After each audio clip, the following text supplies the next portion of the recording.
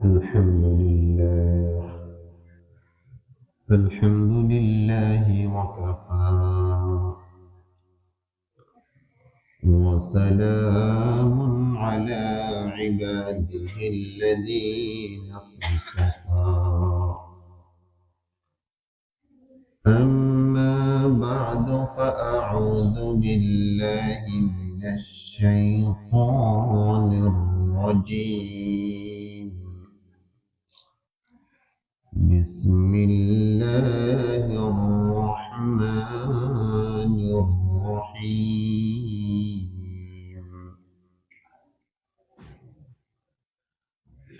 سبحان الذي أسرى بعبده ليلا من المسجد الحرام إلى المسجد الأقصى الذي باركنا حوله لنريه من آياتنا إنه هو السميع البصير صدق الله مولانا العظيم قال الله جل وعلا في الحديث القدسي أمضيت فريضتي وخففت عن عبادي أو كما قال عليه الصلاة والسلام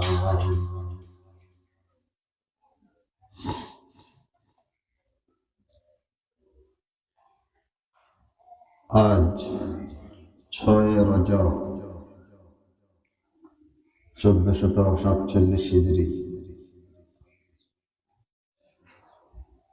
ঐতিহ্যবাহী জামিয়া কোরআনিয়া ইউনুসিয়ার শাহী জামে মসজিদে উপস্থিত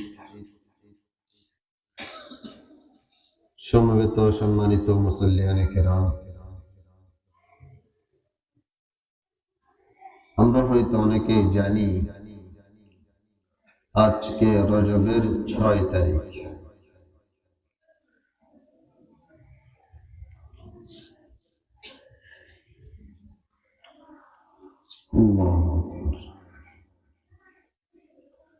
যাই হোক, রজবের চাঁদ উদিত হতেই মুসলমানদের হৃদয়ে মেরাজের কথা মনে পড়ে যায়। ওই মেরাজে রয়েছে বিশ্ব মুসলিমদের নানান শিক্ষা এবং নানান পাঠ রয়েছে। চলুন আজকের আমাদের বিষয়বস্তু হলো মেরাজ ও তার শিক্ষা।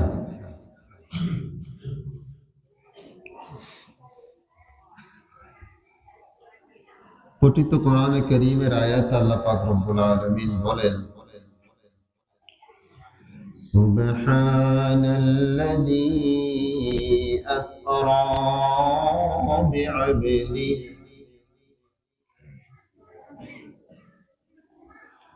মহিমান্বিত সে রব যিনি তার বান্দাকে রাত্রে ভ্রমণ করিয়েছেন মিনাল মসজিদিল হারাম ইলাল মসজিদিল আকসা, পবিত্র মক্কায় অবস্থিত মসজিদ হারাম থেকে নিয়ে সুদূর ফিলিস্তিনে অবস্থিত মসজিদে আকসা পর্যন্ত। الذي باركنا حوله, মসজিদে আকসা কাকে বলে? এমন এক মসজিদের নাম যার চতুর্পাশে আমি আমার বরকাতের ঝর্ণা প্রবাহিত করে দিয়েছে। কেন নিলাম? আমার বান্দাকে লিনুরিয়াহু মিন আয়াতিনা, যাতে আমার প্রিয় হাবিবকে আমার নিদর্শনাবলী দেখাতে পারি। ইন্নাহু হুয়াস সামিউল বাসীর।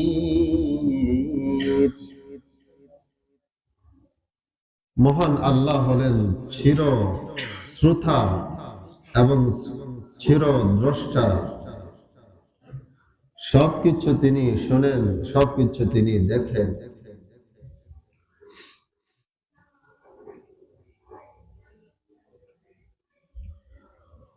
আল্লাহ পাক রব্বুল আলামিন তার প্রিয় হাবিবের সেই ঐতিহ্যবাহী ঐতিহাসিক সেই সফরের কথা এই আয়াতে উল্লেখ করেছে।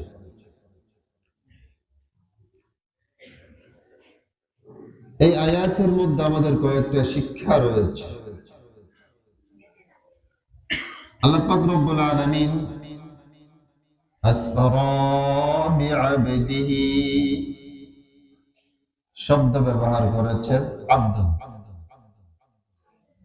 এ কথা বললেন না আসরা বিনবিহি অথবা আসরা বিরাসূলিহি, এই ধরনের কোন শব্দ ব্যবহার করলেন না। আল্লাহ পাক রব্বুল আলামিন বলেছেন আসরা বিআবদিহি লাইলা, তার বান্দাকে ভ্রমণ করিয়েছেন। কি রহস্য! মুফাসসিরিনে কেরাম বলেন, দেখো, সন্তান যত বড়ই হোক না কেন, সে ব্যারিস্টার হয়ে গেল, জাস্টিস হয়ে গেল, বড় মুফতি হয়ে গেল, তার বাবা যদি তাকে ডাক দেয় ওমা ব্যারিস্টার সাহেব, ওমা জাস্টিস সাহেব, এটাতে বেশি মজা লাগে না। সবচেয়ে বেশি মজা লাগে মা যখন বাবা যখন অভূতিকায়, ওটা বেশি মজা লাগে। অভূতিকায় বাক্কা, এটা বেশি মজা লাগে। জাস্টিস ব্যারিস্টার আসেন বসেন এগুলো ভালো লাগে না। আমাকে মনে হয় আমার বাবা দূরে দূরে মনে করে আসেন বসেন কেন বলে।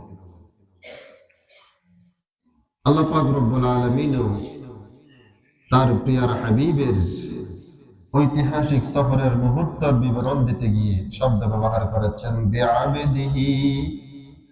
আল্লাহর সাথে আমাদের সম্পর্ক হলো আমরা তার দাস গোলাম। আল্লাহ হলেন আমাদের মুনিব। আল্লাহ তার প্রিয় রাসূলকে সেদিন নিজের গোলাম বলে স্বীকার করে নিলেন। এটা শব্দটা মজার বেশি। আসরা বিআবদিহি, রাসূল এত খুশি বেশি, আল্লাহ আমাকে তার আব্দ বলেছেন।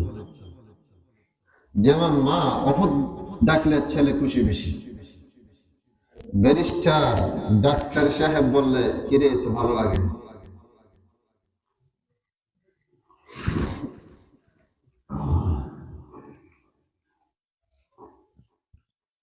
কেন নিয়ে গেলেন? লিনুরিয়াহু মিন আয়াতিনা। যেমন ছেলেরা ঘরে বেশি বিরক্তিবোধ করলে ভালো লাগছে না, চল তোরে কিছু দেখায় নিয়ে আসে, পাশের পার্কে নিয়ে যাই, এদিকে দোকানপাট থেকে ঘুরে নিয়ে আসি তোরে। সন্তানদের মনোরঞ্জন করার জন্য বাবারা এই কাজ করে থাকেন, ভাইয়েরা বড় ভাইয়েরা এই কাজ করে থাকেন। আল্লাহ পাক রব্বুল আলামিন তার প্রিয় হাবিবের মনকে সন্তুষ্ট করার জন্য, প্রিয় হাবিবকে আনন্দিত করার জন্য, প্রিয় হাবিবের মনের কষ্ট ক্লেশ দূর করার জন্য এই কাজটা করেছে। আসুন, মেরাজের ঘটনাটা আমাদেরকে বুঝতে হলে কয়েকটা পয়েন্ট আমাদেরকে বুঝতে হবে। প্রথমত, মেরাজটা কখন হয়েছে? দ্বিতীয় পয়েন্ট, মেরাজটা কেন হয়েছে? তৃতীয় পয়েন্ট, মেরাজটা কিভাবে হয়েছে? আজকে আপাতত এই 3 পয়েন্ট বলতে পারি কিনা দেখি।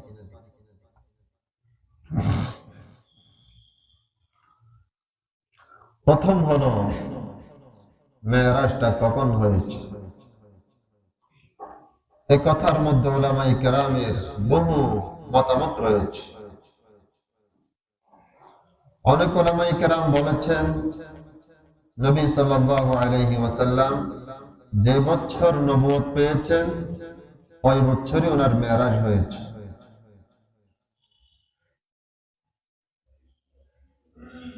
আবার অনেকে বলেছেন নবী সাল্লাল্লাহু আলাইহি ওয়াসাল্লামের নবুয়তের ৫ম বছরে মেরাজটা হয়েছে। আবার অনেকে বলেছেন ১০ম বছর রজব মাসে এই মেরাজটা হয়েছে, ২৭শে রজব। এত কিচ্ছা কাহিনীগুলো বলার কারণ আছে। আবার অনেকে বলেছেন নবী সাল্লাল্লাহু আলাইহি ওয়াসাল্লাম যে মদিনায় হিজরত করেছেন, হিজরতের ১৬ মাস আগে এই ঐতিহ্যবাহী ঐতিহাসিক এই সফরটি হয়েছিল মেরাজ। আবার অনেকে বলেছেন ১৪ মাস আগে, আবার অনেকে বলেছেন ১২ মাস আগে। প্রায় ৬টা মত পাই। নবী আলাইহিস সালামের নবুয়তের বছরই ৫ বছর পর, ১০ বছর পর, হিজরতের ১৬ মাস আগে, ১৪ মাস আগে, ১২ মাস আগে, ৬টা মত পাই। তার মানে হচ্ছে কি, মেরাজ কখন হয়েছিল এটা মূলত হেফাজতের কোনো বিষয় নয়।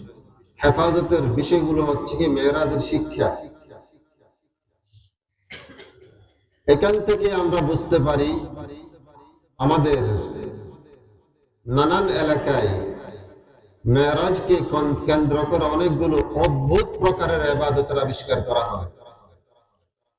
3টা রোজা রাখতে হবে, সারা রাত ইবাদত করতে হবে। যে আমলটা ইবাদত থাকবে, যে দিন রাতের মধ্যে ইবাদত থাকবে, ওই দিন বা রাতটা সাহাবায়ে কেরামের মধ্যে ইখতিলাফ হওয়ার কথা নয়।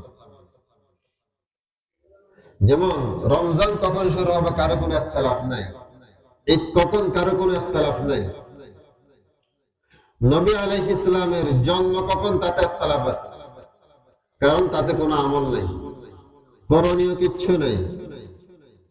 তাহলে যেসব ইসলামিক দিনগুলোর মধ্যে করণীয় বলতে কিছুই নেই, ওইগুলোতে উলামায়ে কেরামের ইখতিলাফ আছে, অর্থাৎ এগুলোকে ভালোভাবে হেফাজত করা হয়নি। তাহলে আমরা আরেকটা জিনিস বুঝে পেলাম, মেরাজ উপলক্ষে নির্ধারিত কোনো ইবাদত নেই। এমনি রজব মাস সম্মানী মাস, রাসূল দোয়া করতেন, আল্লাহুম্মা বারিক লানা ফি রজব ওয়া শাবান ওয়া বাল্লিগনা রমাদান। রাসূল এই দোয়া করতেন, আল্লাহ পাক রব্বুল আলামিন যাতে রজব এবং শাবানে বরকত দিয়ে আমাদের হায়াতকে দীর্ঘায়ু করে রমজান পর্যন্ত বিলম্বিত করেন আমাদের হায়াতকে, এই দোয়া করতেন। আম ফজিলতের কথা এসেছে, মেরাজ উপলক্ষে নির্ধারিত কোনো করণীয়, কোনো ইবাদতের কথা কোনো হাদিস শরীফে কোথাও আসেনি। কারণ যদি কোনো ইবাদত থাকতো তার তারিখের মধ্যে কোনো ঝাপসা তৈরি হতো না। ওইসব ইবাদত, ওইসব তারিখগুলোর মধ্যে ঝাপসা তৈরি হয়েছে যেখানে করণীয় বলতে কিচ্ছু নেই। সুতরাং আমাদের অনেকে মা বোন অনেকে জিজ্ঞাসা করে, মেরাজের রোজা কয়টা দেয়, কয়টা বলা যদি থাকলে না কয়টা বলবো। মেরাজের কোনো রোজাই নেই। মেরাজের রাত্রে নামাজটা কিভাবে পড়তে হয়, যে মেরাজের রাত্রে কোনো নামাজ থাকলে না কিভাবে পড়তে হয় এটা বলবো, কোনো নামাজই নেই।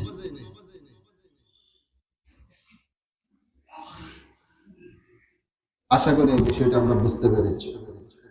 মেরাজের তারিখের মধ্যে মতবিরোধ তৈরি হওয়ার কথাই দলিল, সেই মেরাজের রাত্রে বা দিনে নির্ধারিত কোনো করণীয় আমল নাই। আশুরা কি 10 তারিখ না 11 তারিখের মধ্যে কোনো ইখতিলাফ নাই, কারণ সেখানে রোজার কথা এসেছে। একটা আমলকে সাহাবায়ে কেরাম দেশব্যাপী এটাকে আমল করবে, আবার তারিখের মধ্যে ঝাপসা হবে এমন হয় না। কেউ কোনো আমল করেনি বিধায় তারিখের মধ্যে ঝাপসা হয়ে গেছে। আশা করি এই বিষয়টা আমরা বুঝছি। 2 নম্বর পয়েন্ট ছিল মেরাজটা কেন হয়েছিল। নবুয়তের 10ম বছর, যাকে আমুল হুজন বলা হয়, নবী সাল্লাল্লাহু আলাইহি ওয়াসাল্লাম দুঃখ আর যাতনার বছর। রজব মাসে নবী সাল্লাল্লাহু আলাইহি ওয়াসাল্লামের প্রিয় চাচা আবু তালেব ইন্তেকাল করলেন। রমজান মাসে এসে নবী সাল্লাল্লাহু আলাইহি ওয়াসাল্লামের স্ত্রী হযরত খাদিজা রাদিয়াল্লাহু তাআলা আনহা ইন্তেকাল করলেন। এই 2-3 মাসের ব্যবধান নবী সাল্লাল্লাহু আলাইহি ওয়াসাল্লাম দাওয়াতের মিশন নিয়ে বের হলে পুরো আরব ছিল নবী আলাইহিস সালামের বিরুদ্ধে, তবে সরাসরি তাকে কোনো আক্রমণ করতে পারত না তারা। কারণ ছিল আবু তালেব অবশ্যই ঈমান গ্রহণ করেনি, তবে নবী আলাইহিস সালামের উপর কোনো শারীরিক নির্যাতন হবে তাও মেনে নিত না। শুধু আবু তালেবের বইয়ে কোনো শারীরিক নির্যাতন করতে পারত না, যা করতো হালকা পাতলা করতো, বড় আকারে কোনো কিছু করার সাহস পেত না। কিন্তু আবু তালেবের ইন্তেকাল হওয়ার পরে তাদের মাঠ ওপেন হয়ে গেছে, যা ইচ্ছা সব করতে পারে, আর কোনো বাধা নেই। ওইদিকে সারা দিন নবী সাল্লাল্লাহু আলাইহি ওয়াসাল্লাম দাওয়াতের মিশন নিয়ে বের হয়ে উম্মার পক্ষ থেকে যত কষ্ট পেতেন, বড় আসলে সান্ত্বনা দিতেন। স্ত্রী হযরত খাদিজা রাদিয়াল্লাহু তাআলা আনহা তিনিও চলে গেলেন। বাইরের ছায়া আবু তালেবের বিদায় হয়ে গেল, 3 মাসের মাথায় ঘরের ছায়া খাদিজারও বিদায় হয়ে গেল। প্রিয় নবী সাল্লাল্লাহু আলাইহি ওয়াসাল্লাম দাওয়াতে মিশন নিয়ে দিনের বেলা বের হলে কষ্ট আর নির্যাতনের সীমা বেড়ে গেছে, ঘরে এসে সান্ত্বনা দেওয়ার মতো কেউ নাই। টেনশন আর টেনশন, টেনশন আর টেনশন, কি করবেন আর কি করবেন।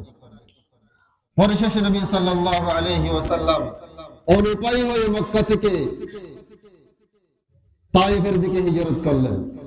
সেখানের মানুষ হয়তোবা নবী আলাইহিস সালামের সেই বাণীকে গ্রহণ করবে, কিন্তু সেই তায়েফের মর্মান্তিক ঘটনা আমরা জানি।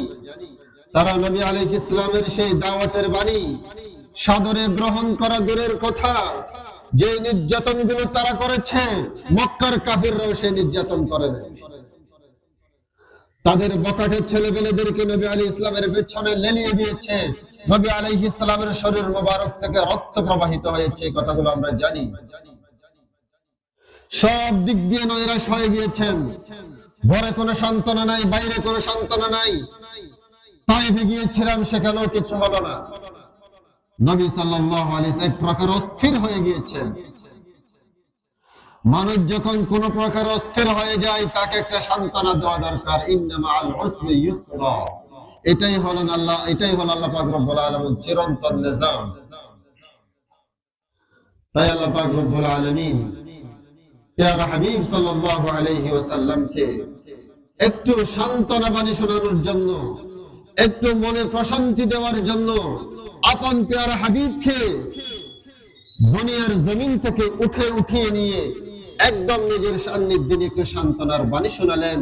হে মুহাম্মদ, হে আমার প্রিয় হাবিব, দুনিয়ার সমস্ত মানুষ তোমাকে নির্যাতন করলো, কোনো সমস্যা নাই, আমি আরশ আজিমের মালিক তোমার পাশেই আছি।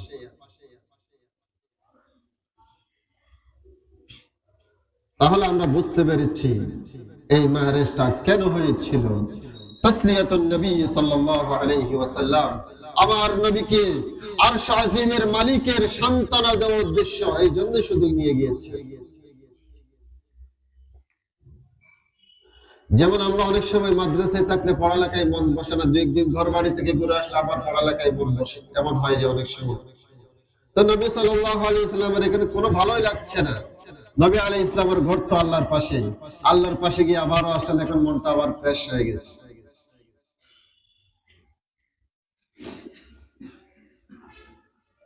এবার আসে কিভাবে হয়েছে। প্রিয় নবী সাল্লাল্লাহু আলাইহি ওয়াসাল্লাম চাচাতো বোন উম্মে হানি রাদিয়াল্লাহু তাআলা আনহার ঘরে ছিলেন। এই কাফেররা নির্যাতন করার জন্য খুঁজে খুঁজে বেড়াতে, রাত্রে কোথায় আছে। ওয়ারেন্ট হওয়া আসামি যেমন ঘরে রাত্রে থাকতে পারে না, যে কোনো মুহূর্তে পুলিশ এসে নির্যাতন করে নিয়ে যেতে পারে, আমার নবী সাল্লাল্লাহু আলাইহি ওয়াসাল্লাম আবু তালেবের ইন্তেকালের পর এক রাত এখানে থাকতেন, আর একটা ওখানে থাকতেন, ওয়ারেন্ট হওয়া আসামির মতো। ওই রাত্রে ছিলেন উম্মে হানি বিনতে আবু তালেবের কন্যা, নবী সাল্লাল্লাহু আলাইহি ওয়াসাল্লামের চাচাতো বোন উম্মে হানি রাদিয়াল্লাহু তাআলা আনহা। তখনও পর্দার আয়াত নাযিল হয়নি।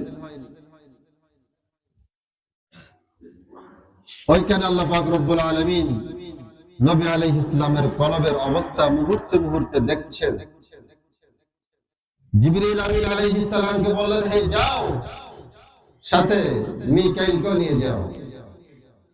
দুইজন ফেরেশতা আসলেন উম্মে হানি রাদিয়াল্লাহু তাআলা আনহার ঘরে। স্বাভাবিক প্রক্রিয়ায় আসলেন না, ঘরের ছাদ ছেদ করে ভেদ করে আসলেন। তৎকালীন তো আমাদের মতো এরকম কঠিন কোন সীসা ঢালা কোনো ছাদ ছিল না, এই ছাউনি দিয়ে কোন রকম একটা ছাদ দিতে ওই রকম আর কি, এত মজবুত কোন ছাদ ছিল না, খেজুর পাতার ছাউনি কোন রকম। হযরত জিবরিল আমিন এবং মিকাইল আলাইহিস সালাম দুজন ঘরের ছাদ ভেদ করে ছেদ করে ঢুকলেন। একজনে মাথার দিক দিয়ে হাত দিলেন, আরেকজনে পায়ের দিক দিয়ে হাত দিলেন। ইয়া রাসূলুল্লাহ, উঠেন, আপনাকে আল্লাহ পাক রব্বুল আলামিন নেওয়ার জন্য আমাদেরকে স্পেশাল, আজকে আপনি আল্লাহর স্পেশাল অতিথি হিসাবে আমাদেরকে আপনার অভ্যর্থনার জন্য আল্লাহ পাক পাঠিয়েছেন। মুরসালের মনটাতে এখন থেকে একটু একটু টেনশন দূর হতে শুরু করেছে। যার দুনিয়াতে থাকার কোনো জায়গা নাই, তাকে আরশে আজিমের আমন্ত্রণ। প্রিয় নবী সাল্লাল্লাহু আলাইহি ওয়াসাল্লামকে তারা দুজন এমন ভাবে দুই বাহুতে ধরলেন, নবী সাল্লাল্লাহু আলাইহি ওয়াসাল্লাম বলেন, আমার ধরেছে এটা বুঝছি, কিন্তু দুজন ধরে তুললে একটু ব্যথা পাওয়া অনুভব, এগুলো কিছুই হচ্ছে। দুজন ধরে ওই ছিদ্র থেকে বের করে নিয়ে গেছে। উলামায়ে কেরাম বলেন, এমন কেন করলেন? তারা দরজা দিয়ে আসতে পারতেন না। তার কারণটা হচ্ছে কি, অর্থাৎ এটা এক অস্বাভাবিক কিছু হতে যাচ্ছে, প্রথম থেকে তার জন্য সিগন্যাল দেওয়া হচ্ছে। এখন যা হবে, হে মুহাম্মদ, এটা স্বাভাবিক কিছু নয়, এই দুনিয়ার বিবেক এটাকে সমর্থন করতে পারবে না, অস্বাভাবিক কিছু হচ্ছে, তার সিগন্যাল দেওয়া হচ্ছে।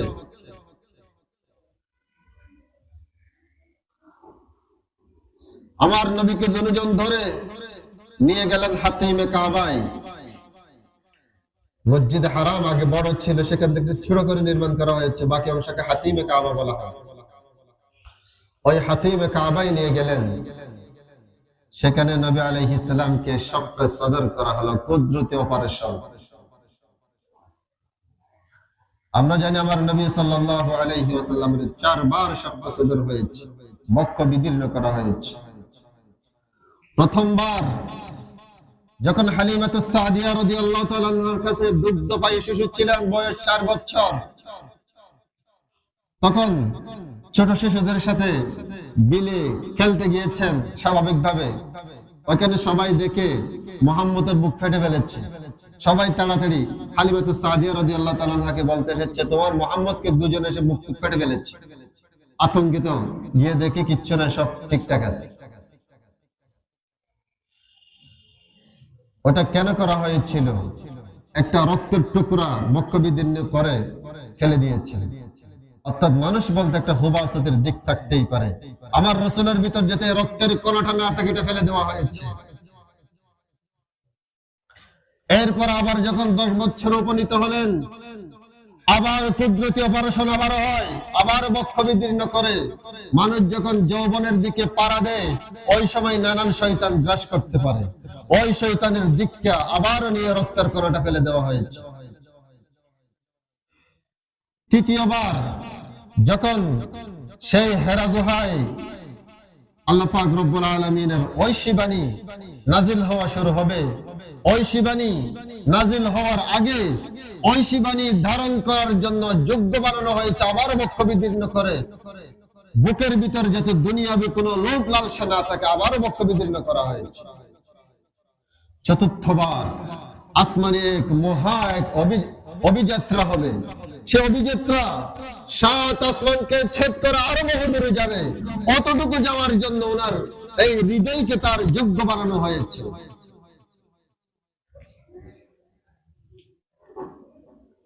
বক্ষ বিদীর্ণ করা হলো।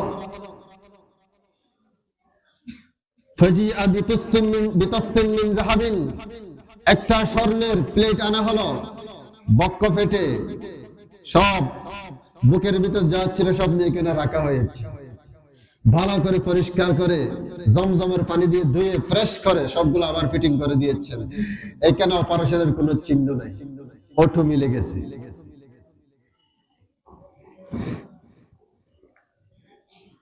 এরপরে একটা বুরাক আনা হলো। দাব্বাতুন আবিয়াদ, দবদবে সাদা, ফাওকাল হিমার দুনাল বাগল, আয়তনে গাদার চেয়ে একটু বড়, কসরের চেয়ে একটু ছোট।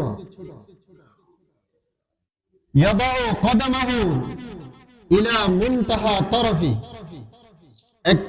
এক কদম এতটুকু যেত। চোখের দৃষ্টিসীমা খালি বিল, কোনো মাঝখানে কিচ্ছু নাই, খালি শুধু যদি খালি জায়গায় হয়ে থাকে, আমরা দৃষ্টির এক দৃষ্টিতে যত দূরে দেখি একটা কদম এতটুকু দূরে দেখি। ইনশাআল্লাহ বাকি ঘটনা সামনে বলা হবে। ওয়া আখিরু দাওয়ানা আলহামদুলিল্লাহি রাব্বিল আলামিন।